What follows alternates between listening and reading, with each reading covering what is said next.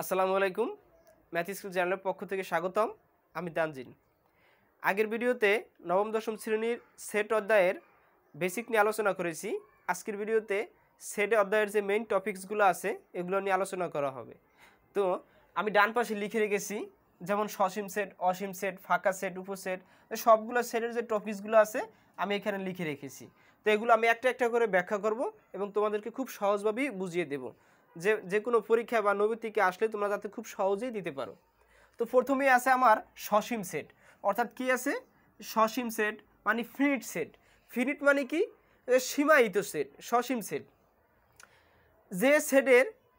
যে সেটের উপাদান সংখ্যা নির্ধারণ করা যায় মানে গণনা করা যায় তাকে বলা হয় সসীম সেট। আবারও বলছি কি, যে সেটের উপাদান সংখ্যা সংজ্ঞায়িত করা যায় মানে কি গণনা করা যায় তাকে বলা হয় সসীম সেট। যেমন কি হতে পারে, ধরি এ একটি সেট 1 2 3, আমরা গণনা করতে পারি যে এর উপাদান কত 1 2 3, এটা গণনা করা যায়। এখন যদি ধরি যে তারপরে আছে কি অসীম সেট, অর্থাৎ যে সেটের উপাদান সংখ্যা গণনা করা যায় না তাকে বলা হয় অসীম সেট। তাহলে একটা অসীম সেট লিখি, এই সেটটা কি আমি অসীম সেট বানাই, তাহলে 1 2 3 ডট ডট ডট মানে কি আনলিমিটেড। এই সেটটা অসীম সেট, তুমি আরও গণনা করতে পারো, যেমন 1 2 3 4 5 6 7 8 9 এরকম আনলিমিটেড। এখন এটা তো এটা তালিকা পদ্ধতির মাধ্যমে দেখালাম, যদি অন্যভাবে একটু বিবেচনা করি, যেমন ধরি এ এক্স যেন এন, মানে এক্স এর মানগুলো কি স্বাভাবিক সংখ্যা, যে 4-এর গুণনীয়ক, 4-এর গুণনীয়ক। তাহলে কি এই সেটটাও কিন্তু একটা সসীম সেট, কেননা 4-এর গুণনীয়ক কত হলো 1 2 4, তাহলে সেটের মান আসলো কত 1 2 1 2 আর হলো কত 4। এখন যদি আমি একটা অসীম সেটের একটা উদাহরণ দেই, তাহলে যদি এখানে লিখে দেই যে 4-এর গুণিতক, তাহলে কিন্তু এটা একটা অসীম সেট হয়ে গেল। কিভাবে? তাহলে 4-এর যদি গুণিতক তুমি বের করতে যাও তাহলে 1, 4-এর যেহেতু গুণিতক তাহলে 4 থেকে শুরু, তাহলে 4 8 12 তারপর 16 20, 4 4 করে কি বাড়তেই থাকবে, এভাবে আনলিমিটেড বাড়তে থাকবে। তারপরের প্রশ্ন হলো যে ফাঁকা সেট। ফাঁকা সেট কি? যে সেটের উপাদান সংখ্যা নাই তাকে ফাঁকা সেট বলে, মানে কোনো উপাদান সংখ্যা থাকবে না তাকে ফাঁকা সেট বলে। এর ইংরেজি হলো এমপ্টি সেট। এমপ্টি মানে খালি, অর্থাৎ ফাঁকা সেট। তাহলে একটা ফাঁকা সেট আমি দেখি, একটা ফাঁকা সেট কি, ধরি এক্স যেন N, x belongs to N, মানে এক্স এর মানগুলো হবে স্বাভাবিক সংখ্যা এবং হবে কি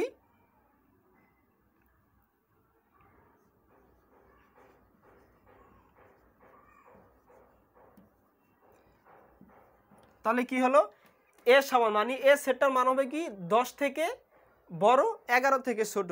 তাহলে 10 থেকে বড় 11 থেকে ছোট স্বাভাবিক সংখ্যা নাই, তাহলে এন দ্বারা আমি কি স্বাভাবিক সংখ্যা বুঝিয়েছি। তাহলে 10 থেকে বড় 11 থেকে ছোট কোনো স্বাভাবিক সংখ্যা আছে তা নাই, তাহলে এই সেটের মান কত ফাঁকা সেট, অর্থাৎ কি খালি সেট। শেষ। তারপরের টপিক ছিল উপসেট। তাহলে উপসেটটা কি?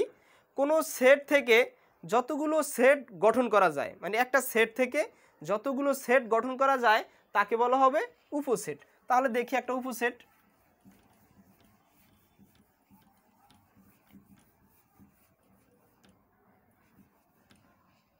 ধরি এ একটি সেট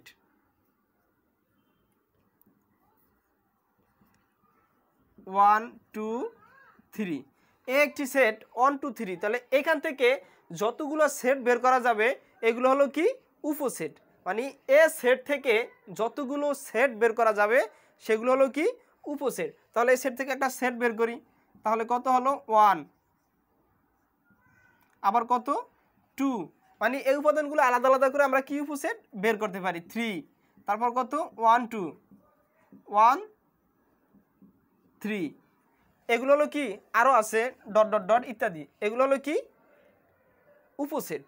এখন এই উপসেটের মধ্যে তারপরের প্রশ্ন ছিল কি আমার, উপসেট মানে কি সাবসেট। তারপরেরটা ছিল প্রকৃত উপসেট। তাহলে প্রকৃত উপসেটটা কি, যে কি প্রপার সাবসেট, প্রকৃত উপসেট। প্রকৃত উপসেট হলো যে মেইন টপিকস থেকে, অর্থাৎ প্রকৃত উপসেটটা হলো এই সেট থেকে, এ একটি সেট, এর থেকে যদি এর উপাদান সংখ্যা থেকে যদি উপসেটের মান কম হয়, অর্থাৎ উপসেটের কি উপাদান সংখ্যা কম হয়, সেগুলো হলো কি প্রকৃত উপসেট। অর্থাৎ 1 2 3 1 2 1 3 এগুলো প্রকৃত উপসেট। এখান থেকে যদি আমি উপসেট বের করতাম তাহলে একবার 1 2 3ও আসতো, তারপর একটা ফাঁকা সেট আসতো। তাহলে এটা মূলত প্রকৃত উপসেট না, 1 2 3 প্রকৃত উপসেট না। কেননা এখানে আছে কি 1 2 3 তিনটে উপাদান সংখ্যা, এখানেও আছে 1 2 3 তিনটে উপাদান সংখ্যা। যদি এই উপাদান সংখ্যা থেকে এই উপসেটের উপাদান সংখ্যা কম হয়, তারাই হলো প্রকৃত উপসেট। যেমন 1 একটা প্রকৃত উপসেট, 2 একটা প্রকৃত উপসেট, 3 একটা প্রকৃত উপসেট, 1 2 একটা প্রকৃত উপসেট। আর এগুলো হলো কি সবগুলো কি সাবসেট। এটা তাহলে এটা প্রকৃত উপসেট না। তারপরের টপিকসটা ছিল সেটের সমতা। সেটের সমতা, দুটি সেটের মান যদি একই হয় তাহলে তাকে সেটের সমতা বলা হবে। যদি দুইটা সেটের মান সমান হয়, ধরি বি একটি সেট, যে কি 1 2 3 4, এবং সি একটি সেট 1 2 2 3 3 4, তাহলে এ বি এর সমান, এ বি এর কি বি সি এর সমান, অর্থাৎ দুইটাই কি সমতা। এখানে যদি আমি 2 যদি 5 বারও লিখি তার মান কিন্তু একবারই আসবে, অর্থাৎ কি 2ই আসবে। এখানে 2 আমি 5 বার লিখলেও কি তার মান একটাই 2। এবার 3 যদি আমি 5 বার লিখি বা 6 বার লিখি, 3 কি মান একবারে 3। এনে সেটা যদি হিসাব করি আমি 1 2 3 4 1 2 3 4, তাহলে এখানেও আছে কি 1 2 3 4 এ বি এর সমান। এটা হলো কি সেটের সমতা। দুটি সেটের মান যদি একই হয় তবে তাদেরকে কি বলা হবে, সেটের সমতা বলা হবে।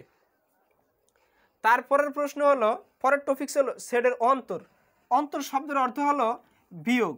অন্তর শব্দের অর্থ বিয়োগ বা বাদ। তাহলে ধরি একটি সেট কত, এ একটি সেট 5 6 7 8, এ একটি সেট 5 6 7 5 6 7 8, বি একটি সেট 3 4 5 6, বি একটি সেট 3 4 5 6, অর্থাৎ শুধু ধরি যে বি একটি সেট 5 আর 6। এখন এই সেটের অন্তর শব্দের অর্থ বিয়োগ। তাহলে কি লিখবো আমি, এ বিয়োগ বি, তাহলে এ থেকে আমি বি কে বিয়োগ দিব। তাহলে 5 6 7 8 বিয়োগ 5 6। সেটের বিয়োগ মানে বাদ, বিয়োগ মানে কি বাদ, একে বিয়োগও বলা হয় বাদও বলা হয়। বাদ সেট লিখে কিভাবে, এ বাদ বি। তাহলে কি এই 5 আর 6 চলে যাবে, 5 আর 6 চলে গেলে থাকে 7 8, অর্থাৎ থাকে কত 7 আর 8। তাহলে আমি কি অন্তর মানে সেটের বিয়োগ বা বাদ শিখলাম। তারপরে হলো কি সার্বিক সেট, অর্থাৎ কি ইউনিভার্সাল সেট। ইংরেজি কি ইউনিভার্সাল সেট।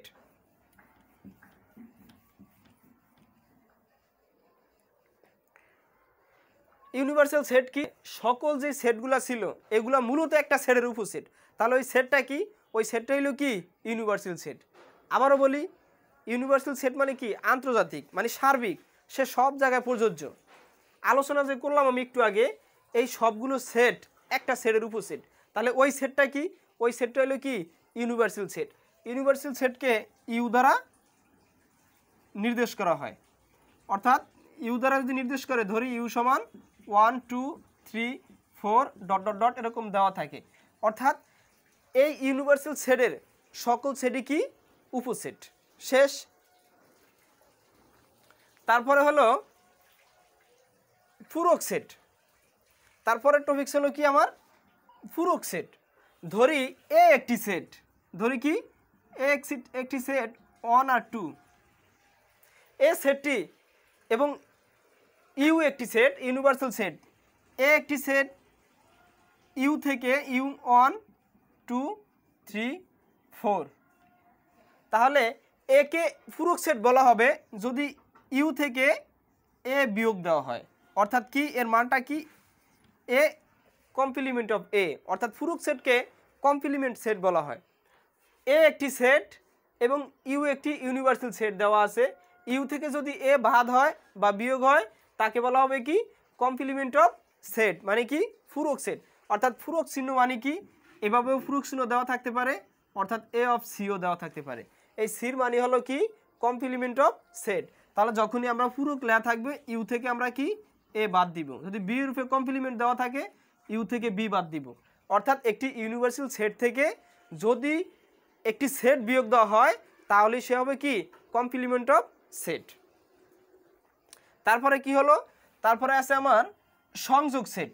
তারপরের টপিকসে কি সংযোগ সেট। সংযোগ মানে কি ইউনিয়ন, সংযোগ সেট মানে কি ইউনিয়ন। যদি দুটি সেটকে একটি সেটে সংযোগ দেওয়া হয় মানে একত্রিত করা হয় তাহলে কি হবে সে সংযোগ সেট। অর্থাৎ যে সেটে সকল উপাদান নির্দ্বিধায় থাকবে, মানে যে সেটে সকল উপাদান নির্ধারণ করা থাকবে। তাহলে কি ধরি এ একটি সেট 5 6 7, বি একটি সেট 8 9 10। তাহলে কি সংযোগ সেট হবে কি এ ইউনিয়ন বি। কেননা সংযোগ সেটের কি সংযোগ সেটের ইংরেজি হলো ইউনিয়ন। তাহলে এ ইউনিয়ন বি দিলে কি দেব আমি 5 6 7 ইউনিয়ন 8 9 10। তাহলে সংযোগ সেটে কারা আসবে সবাই, যদি সকল উপাদান নির্ধারণ করা থাকে তাকে বলা হবে কি সংযোগ সেট। অর্থাৎ কি 5 6 7 8 9 10 একটি সংযোগ সেট। তারপরটা হলো কি সেট সেট মানে কি ইন্টারসেকশন, মানে সংযোগের বিপরীতটা। একটা ছিল কি সংযোগ সেট, পরেরটা হলো কি সেট সেট। একটা ইউনিয়ন, পরেরটা কি ইন্টারসেকশন। এই বইতে মূলত এই টপিক্স দুটোই সবচেয়ে বেশি ইম্পর্টেন্ট থাকে। তাহলে সেট সেটটা কি এর বিপরীতটা। যে সেটে সকল উপাদান নির্ধারণ করা থাকে না, সুনির্দিষ্ট কিছু উপাদান নির্ধারণ করা থাকে তাকে বলা হয় কি সেট সেট, অর্থাৎ কি ইন্টারসেকশন। যদি ধরি একটি সেট বি একটি সেট, তাহলে ইন্টারসেকশনের চিহ্ন কি ইন্টারসেকশন। তাহলে এখানে যদি আমি ইন্টারসেকশন দিতাম তাহলে 5 6 7 8 9 10 কেউ কারো সাথে কি মিল নেই। যদি মিল না থাকে তাহলে কি হবে একটা ফাঁকা সেট, একটা কি ফাঁকা সেট। এছাড়া যদি এখানে থাকতো যে 7 9 10 তাহলে যারা মিল আছে কেবল তারাই আসতো। তাহলে কি একটা উপাদান নির্ধারণ করা থাকতো 7, তাহলে 7 এ ইন্টারসেকশন বি, অর্থাৎ কি শুধু 7 আসতো মানটা। তাহলে আমরা কি শিখলাম সংযোগ সেটও শিখলাম, সেট সেটও শিখলাম। এরপরে আছে নিচ্ছেদ সেট, অর্থাৎ কি নিচ্ছেদ। এই নিচ্ছেদ হলো এরকম, যদি কোনো সেটের উপাদান একটি উপাদান দেওয়া আছে আর একটি উপাদানও দেওয়া আছে, কেউ কারোর সাথে না মিলে, কেউ কারোর সাথে কি না মিলে, তখন তাকে বলা হবে কি নিচ্ছেদ সেট। অর্থাৎ কেউ কারোর সাথে কোনো সংযোগ স্থাপিত হবে না। ধরি সি সমান 1 2, ডি সমান 3 4, তাহলে এদের নিচ্ছেদ সেট হবে সি ইউনিয়ন ডি, অর্থাৎ একটা ফাঁকা সেট, কেউ কারোর সাথে কি মিলে না। তাহলে কি ইন্টারসেকশন, নিচ্ছেদ মানিয়ে কি ইন্টারসেকশন আসবে। তাহলে কেউ কারোর সাথে যেহেতু মিলে না তাহলে একটা ফাঁকা সেট, আর এই ফাঁকা সেটটাই কি একটি নিচ্ছেদ সেট। তারপরটা হলো শক্তি সেট। একটি সেটের যতগুলো উপসেট থাকবে সে ততগুলোই কি শক্তি সেট। তাহলে কি হলো, ধরি সি একটি সেট, তাহলে এর শক্তি সেট কি, তাহলে এর শক্তি সেট হলো প্রথমে 1, তারপর কি 2, মানে যত ভাগে উপাদানগুলো ভাঙানো যায়, তারপর কি 1 2 1 2, তারপর কত একটি ফাঁকা সেট, কেননা একটা ফাঁকা সেট সব সেটেরই কি উপসেট। তাহলে কি দেখলাম আমি শক্তি সেট, যদি কোনো সেটের যতগুলো উপসেট থাকবে তারা পড়তে কি হবে কি একটি শক্তি সেট। তাহলে এই সেটের শক্তি সেট কি 1 2 1 2 ফাঁকা সেট, তার মানে 4টা।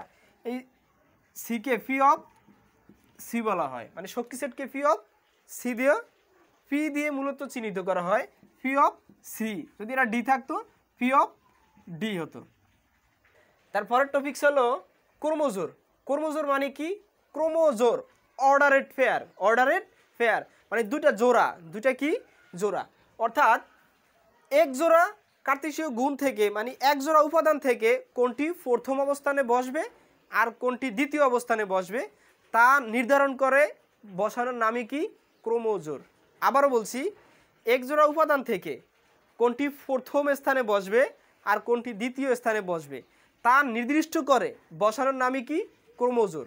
অর্থাৎ কি হতে পারে? ধরি এক্স ওয়াই এ একটি জোড় ইকুয়াল টু আবার আছে কি সি আর এ একটি জোড়। আমি তোমাকে বোঝানোর স্বার্থে এটা লিখেছি। অর্থাৎ আমার সংজ্ঞায় ছিল ক্রোমোজোর, মানে এক জোড়া উপাদান থেকে কোনটি প্রথম অবস্থানে বসবে আর কোনটি দ্বিতীয় স্থানে বসবে তা নির্ধারণ করে বসানোর নামই ক্রোমোজোর। যদি আমি লিখি তাহলে ক্রোমোজোর অর্থাৎ কি? তাহলে এক্স আসবে এর প্রথমটার সাথে, ওয়াই যাবে এর দ্বিতীয়টার সাথে, অর্থাৎ X into C equal Y into X সমান সি। তাহলে কি?